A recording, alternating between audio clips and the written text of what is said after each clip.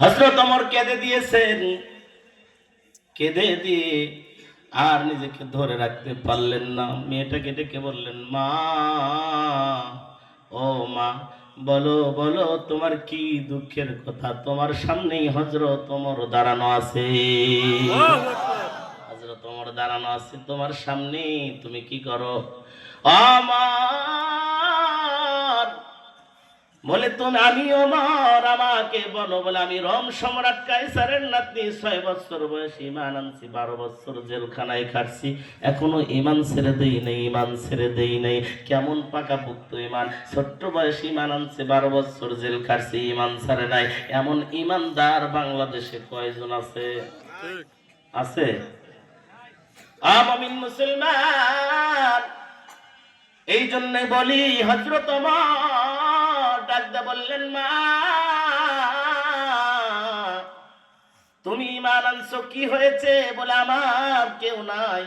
Rome পারস্য জয় হওয়ার পর মুসলমানরা সব কয়েদিদেরকে ছুটি দিয়েছে, ছেড়ে দিয়েছে, কিন্তু আজকে দেখা যায় আমার আপন বলতে মুসলমান কেউ নাই, আমি কি রিসিভ করার মতো কেউ নাই, আমি মেয়ে মানুষ, আমাকে দেখশন করার মতো কেউ নাই। এই চিন্তায় যখন পড়ে গিয়েছি, ওমর, আমি তোমার কাছে একটু আশ্রয় নেওয়ার জন্য আসছি।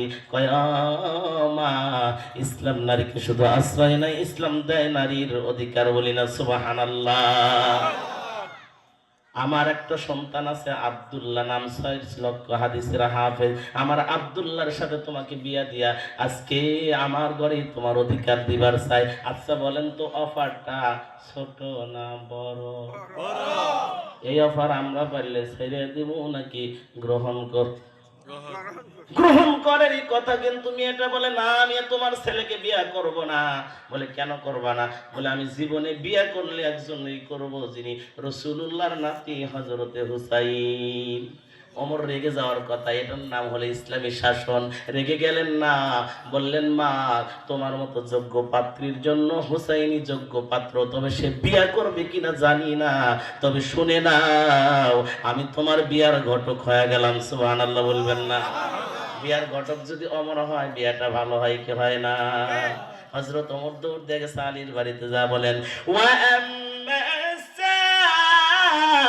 সাইলা ফালা তানহার। হযরত আলী মনে করেছেন ফকির আসছে, দুয়ার খুলে দেখে অর্ধ জাহানের খুলবে, এখানে কি? বলে, কি জন্য আসছেন? গরিবের বাড়ি, হাতির পাড়া। বলে, ওমর, কি জন্য আসছো? ওমর বলে, আলী রে, তোমার কপাল লেগে গেছে, তোমার সন্তান হুসাইনের জন্য একটা যোগ্য পাত্রী পাওয়া গেছে। সুবহানাল্লাহ বলবেন না? আর একটা আওয়াজ দেয় বলি না সুবহানাল্লাহ? বলে, যোগ্যতা কি? 6 বছর বয়স ঈমান আনছে, 12 বছর জেল খাটছে, এখনো ঈমান ছেড়ে দেয় নাই। আল্লাহু আকবার। হযরত ওমরও খুশি, হযরত আলীও খুশি। হুসাইন আইসা দাঁড়াইছে, আব্বা এত খুশি কেন? কি হয়েছে আপনার? আপনাকে তো এত খুশি হতে দেখি নাই কখনো। বলে, বাবা, তোর জন্য একটা পাত্রী পাওয়া গেছে।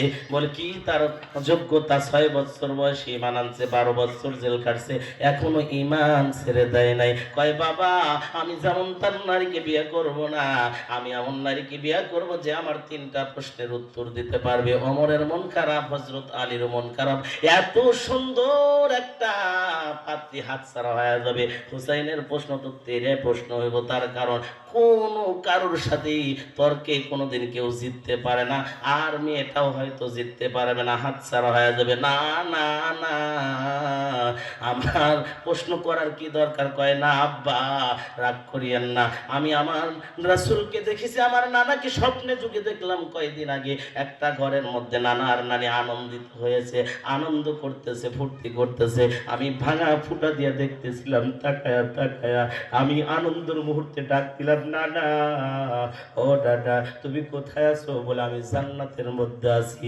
আমি ডাক দিয়ে বললাম, নানা, ভাঙা ঘর নাকি জান্নাত হয়? আমার নানা ডাক দিয়ে বললেন, ও নাতি রে, ওই ভাঙা ঘরটাও জান্নাত। যেই ঘরের মধ্যে স্বামী আর স্ত্রীর মধ্যে মহাব্বত থাকে, স্বামী কাজ করতে বেরিয়ে যায়, স্ত্রীর অপেক্ষায় থাকে আমার স্ত্রী, আমার স্বামী কখন আমার কাছে আসবে, আমার স্বামীটা কখন আসবে। স্বামীকে না দেখা পর্যন্ত অন্তরটা ছটফট ছটফট করতে থাকে। স্বামীকে দেখা মাত্র কলিজাটা ঠান্ডা হয়ে যায়। যেই স্ত্রী এইরকম মনোভাব করবে, আর ওই স্বামী যে বাইরে থাকলে ভালো লাগে না, যেখানেই যাক না কেন সেখান থেকে তার আত্মা ছটফট করতে থাকে, কাজের ভিতরে ছটফট করে, বলে না না না, আমার বিবিটারে যতক্ষণ না দেখবো আমার ভালো লাগে না। এরকম কি আমাদের হয়? কথা যায় না? হয়, অনেকেরই হয়, অনেকের হয় না। হওয়ার দরকার আছে না নাই? মেয়ে মানুষ খালি বিচার দেয়, বিভিন্ন জায়গায় যায়, মহিলার সংখ্যা বেশি পায়, বিচার একটা দেয়, হুজুর এই এলাকার ছেলে মানুষ অর্থাৎ স্বামীরা খালি পিটে আয়। এই এলাকায় কি অবস্থা আছে? আপনারা তো করবেন না। মেয়ে ঠিকই বলতেছে, হুজুর মনের কথাটাই কইছেন, কথা বল ঠিক। কিছু স্বামী আছে অযথা পিটায়, এ সমস্ত স্বামী আমি বলবো যে এরা আসলে ভালো স্বামী না, কথা বল ঠিক কিনা? এরা আদর্শ স্বামী না। স্ত্রী হলো ভালোবাসার জিনিস, এই জিনিসটা পিটে যে সে তো মজাই বোঝে না, কথা বল ঠিক কিনা? যে স্ত্রী পিটে ওই স্ত্রীর কাছে গেলে শরম লাগে না? কথা ভালোবাসার আদর করার জিনিস নিয়ে পিটায়, এ ধরনের কিছু কাপুরুষ আমার বাংলাদেশের সমাজে সমাজে আছে না নাই? কিন্তু যে বাড়ির মেয়েরা পেটন খায়, এই মেয়েদেরও কিছু দোষ আছে, নাইলে তো আবার আপনারা খুশি হইবেন না। ওই চাচা উঠে যায় কে রে, মুখ করে যায় রে, রাগ করছে নাকি? আমার ওয়াজ থেকে উঠে যাওয়ার রেকর্ড নাই, রেকর্ড কি করা যাবে? কতক্ষণ থাকে আপনারা হলো আমার সবচেয়ে প্রথম শ্রোতা। আমার ওয়াজের শুরু হলো কাশপুর থেকে, কতক্ষণ রাখে কাশপুর আমাকে চিন্তা করছেন না? কেটে কেটে চিনছেন, দেখতো হাত তোলা দেখছেন, আমার পরিচিত লোক সব কত আছে, মারহাবা বলেন না কেন? আমার মহাব্বতের মানুষগুলো আছে। কাশপুর প্রধান বাড়ি মসজিদের ইমাম সাহেব ছিলাম, চিনবো না কে? কথা কোন ঠিক কিনা? তার কারণ আপনারা যদি আমার ওজে সারা না দেন, বাংলাদেশের কোথায় সারা দিবে? কথা কোন না কে? স্ত্রীরা বেশি কথা কয় যে বাড়ি যে সংসারে, আমি খুঁজে খুঁজে দেখছি যে যে সংসারের মহিলা বেশি কথা কয় ওই সংসারের পুরুষের হাত চলে বেশি। আপনারা কি রাজি আছেন? না তো এক মহিলা গেছে হুজুরের কাছে পানি পড়ার লেগে, কিসের লেগে?